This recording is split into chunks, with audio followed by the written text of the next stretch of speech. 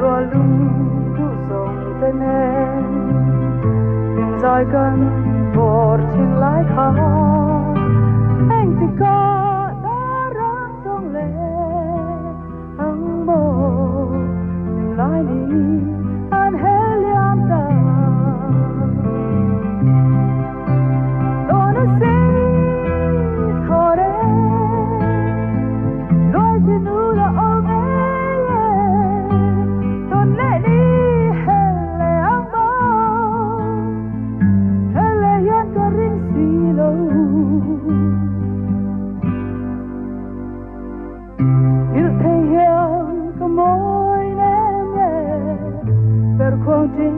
chẳng ri môi đen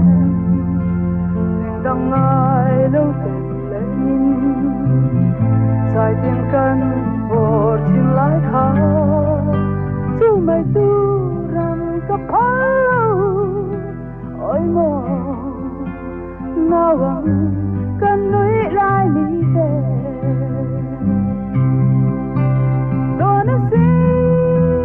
thôi đấy nu là ôm còn lệ đi hay lệ áo bó hay lệ yên cả riêng xì lâu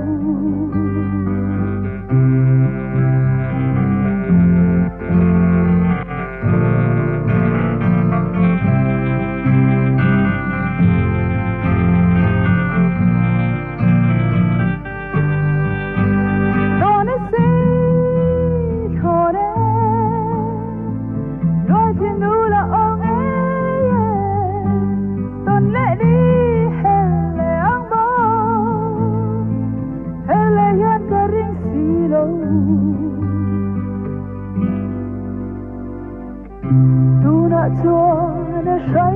lên em rằng cần lối ra hắn lâu tên gọi người tên em tìm mơ tìm tên lên về ta cắn mơ như thầy biết hiền có riêng lâu luôn khi ngày ông cậu kỹ ran đua